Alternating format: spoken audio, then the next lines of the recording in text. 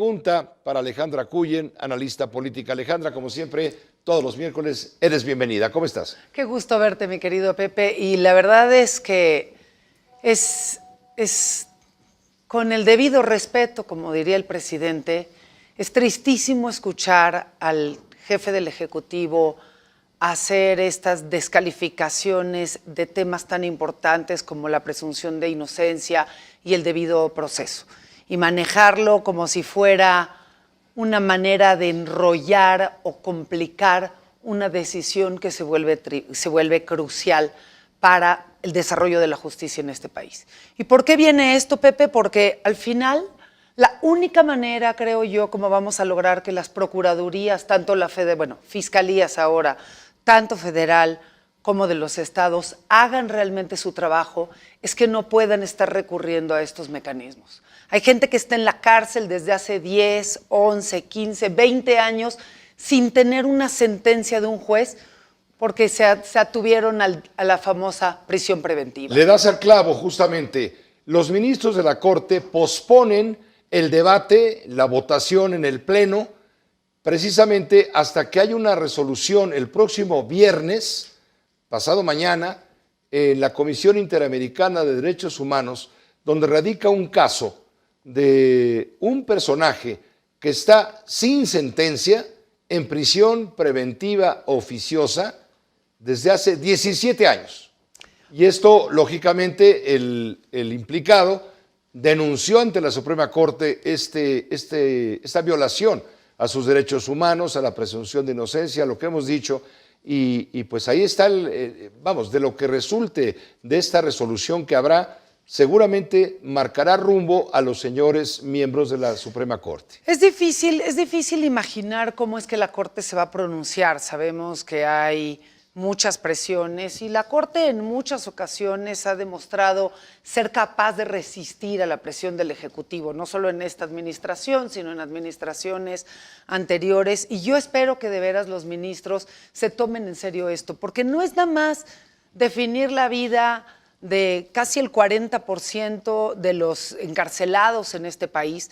Es gente, unos por delitos graves, otros por delitos menos graves, pero que entran a la cárcel, Pepe, sin un expediente serio, donde haya pruebas serias que demuestren su culpabilidad.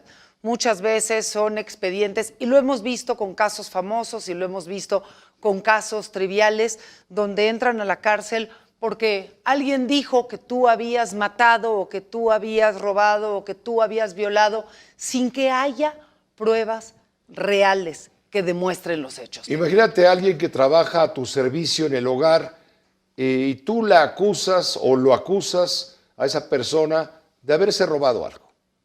No tienes prueba, pero tienes la voz tuya. La intuición. La intuición de que fue, y se la llevan y la ponen en la cárcel. ¿Por qué? Porque esta sospecha implica no una sentencia de culpabilidad, ni mucho menos, o de inocencia, sino implica, te voy a meter a la cárcel para investigar si es verdad lo que dice tu patrona o no es verdad. Y mientras ya te fregaron la vida. Y no solo eso, Pepe, cuando lo ves a nivel de delitos más básicos como un robo, o donde no Te está... puse un ejemplo muy obvio, ¿no? Y un ejemplo además, justamente, de un, entre comillas, caso menor como es un robo. No es lo mismo eso que un asesinato.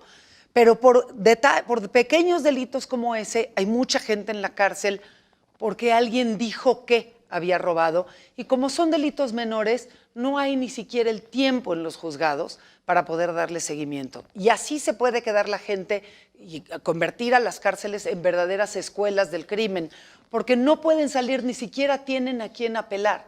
No pueden apelar a la Corte, no pueden apelar a una segunda instancia, porque no tienen ni siquiera una primera sentencia. Siempre me acuerdo del caso Cassés, pues por el tema del debido proceso, y porque es como el gran ejemplo de cómo las autoridades pueden abusar de un individuo, culpable o no, exponiéndolo, exhibiéndolo públicamente.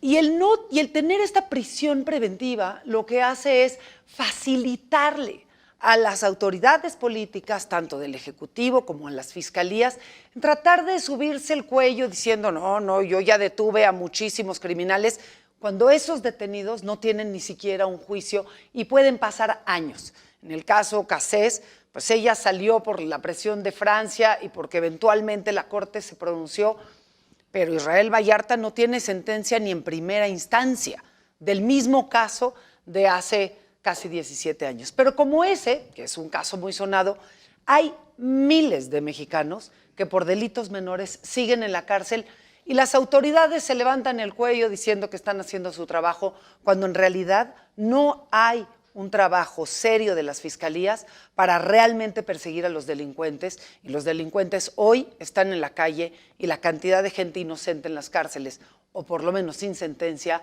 es alrededor del 40%, Pepe. Prisión sin condena. Prisión sin condena y expedientes sin pruebas, te diría, que creo que es la parte más importante, donde tienes algunas intuiciones, algunas sospechas, a veces declaraciones.